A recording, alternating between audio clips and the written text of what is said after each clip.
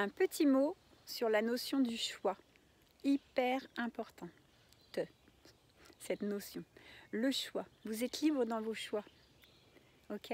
Chacun de nous avons cette liberté. Alors parfois on ne prend pas cette liberté et on laisse l'autre choisir pour nous. C'est un choix. On fait le choix de se fermer à notre liberté pour s'ouvrir à la liberté de l'autre, faire une expérience, apprendre. Ok? Alors moi, comment je fais mes choix? J'y mets maintenant du recul, de la bienveillance, de la connexion à moi. Et qu'est-ce qui va faire que je vais maintenant... Ça c'est marrant, j'arrive ici. Je ne sais pas si vous voyez, mais j'ai deux routes. J'ai le choix entre deux routes. Ok? Est-ce que je vais par là ou je vais aller dans la lumière? Ou est-ce que je vais aller par là, plutôt aller voir mon ombre? Eh bien en fait, comment je fais? Je me mets au centre, je respire et dans les deux, je visualise par exemple l'ombre, je visualise la lumière et puis je me dis lequel me parle le plus. Et quand je me dis ça, eh bien j'ai l'image soit de l'ombre, soit de la lumière qui arrive. Et tout simplement, je prends le premier. Parce que c'est celui qui m'a parlé en premier. Donc c'est celui qui, sans mon mental, sait lequel est bon pour moi. Ensuite, quand j'ai fait ce choix, donc du coup, c'était l'ombre pour cette fois. Donc, j'y vais dans cette ombre. Et ensuite, j'observe tout ce que je peux voir, tout ce qu'il y a autour. Donc, a priori, il y a plein de lumière à côté. Et aussi des ombres plus centrées, verticales. Donc plus claires peut-être. Je vais mieux comprendre les choses. Ok. Et puis, il y aura l'autre côté qui est vraiment lumière. Et donc, je pense que symboliquement, je vais aller voir ce qui me fait voir noir dans l'ombre que j'ai à découvrir avec bienveillance et du coup j'avance. J'avance vers ce chemin, donc ça peut être prendre la décision de faire cette formation par exemple. Ça peut être la décision d'avoir une conversation avec quelqu'un avec qui j'ai eu j'ai ressenti une énergie plombante, une énergie désagréable et avec qui je veux élucider le contexte pour qu'on se comprenne bien et que cette conversation se termine par quelque chose de positif et constructif pour moi, juste pour moi, et donc par résonance, juste pour l'autre personne également.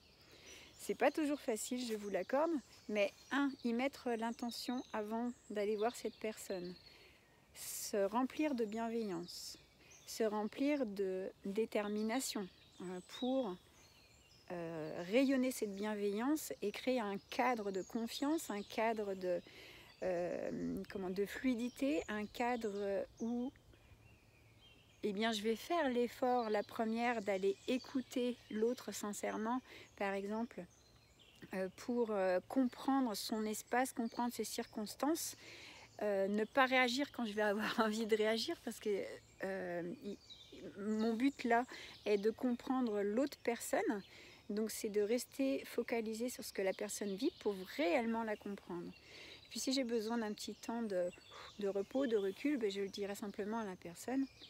Écoute, là j'ai besoin d'un petit temps de recul pour qu'on puisse continuer la conversation parce que des émotions sont montées et j'ai besoin de faire le point sur moi avant de revenir vers toi.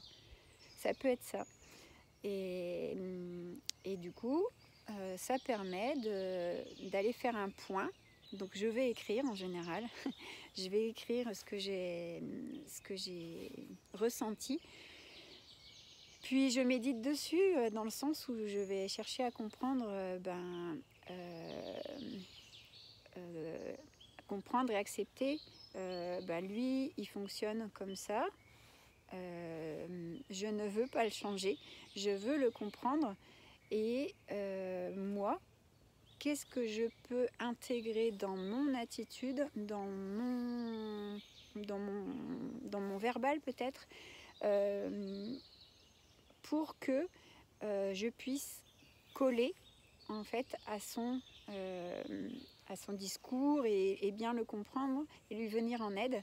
Et de cette manière, en fait, c'est lui dire quelque part, c'est initier dans la relation ce mode de fonctionnement. C'est-à-dire que moi, en le faisant, je lui montre, comment faire, et deux, comme ça installe, comme il va se sentir compris, et du coup aimé, et peut-être si là je parlais par exemple de mon mari et que ça se termine par un gros bisou par exemple, j'aurais gagné parce que je l'aurais vraiment compris, je connaîtrais mieux son fonctionnement, et comme mon souhait est d'avoir une harmonie avec lui, eh bien je vais pouvoir lui dire après ce que moi j'ai mis en place en moi pour pouvoir le comprendre lui et l'inviter à en faire autant pour moi, dans le sens que moi aussi j'aime être comprise et que j'aimerais qu'il passe un petit peu de temps, en tout cas plus de temps, parce que peut-être que ça va lui en demander beaucoup, mais qu'il passe du temps, voilà, qu'il utilise de son temps pour connaître aussi mon fonctionnement, et qu'il me découvre tout en me laissant être moi-même. Voilà, c'est ce que je voulais vous dire par le choix. Le choix, c'est intérieur. C'est nous qui décidons de comment on veut être en relation avec les autres. Donc ça va impliquer aussi tout derrière, tout ce qu'on ne veut pas. Par exemple, ça va impliquer de mettre des limites pour être respecté. Si par exemple dans la relation, soi-même, ou si la personne en face commence à insulter, si moi je me surprends à insulter l'autre, ou que l'autre m'insulte, là, moi ça c'est ma limite. Une insulte, c'est négatif. Donc là, moi je coupe tout. C'est la mienne. À vous de décider des vôtres, pardon. Le toucher aussi, si je suis énervée, que je me rends compte que je touche quelqu'un, ou que l'autre est énervé et qu'il commence à me toucher, ça c'est limite pour moi aussi. Ayant vécu les incestes et la violence, du coup moi je suis très réactive à ça. Mais c'est à vous de poser vos limites et de les incarner du mieux que vous pouvez. Ça peut être très facile pour vous, je ne vais pas faire de projection. Je vous souhaite justement que ce soit le plus fluide possible pour vous, le plus merveilleux, parce que c'est magique quand on installe ça dans sa vie.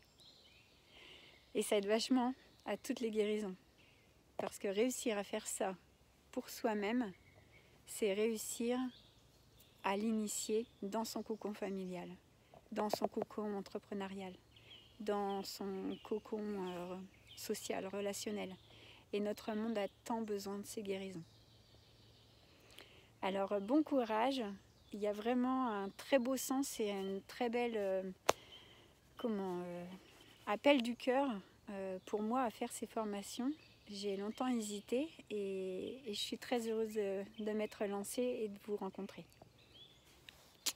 Bon parcours à vous, et même si vous êtes découragé quelquefois, pensez que là-haut, tout là-haut, parfois il y a des nuages, mais le soleil, il est toujours là.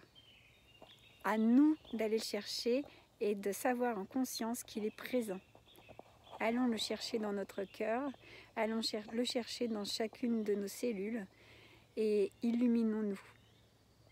Bisous, je vous aime très fort.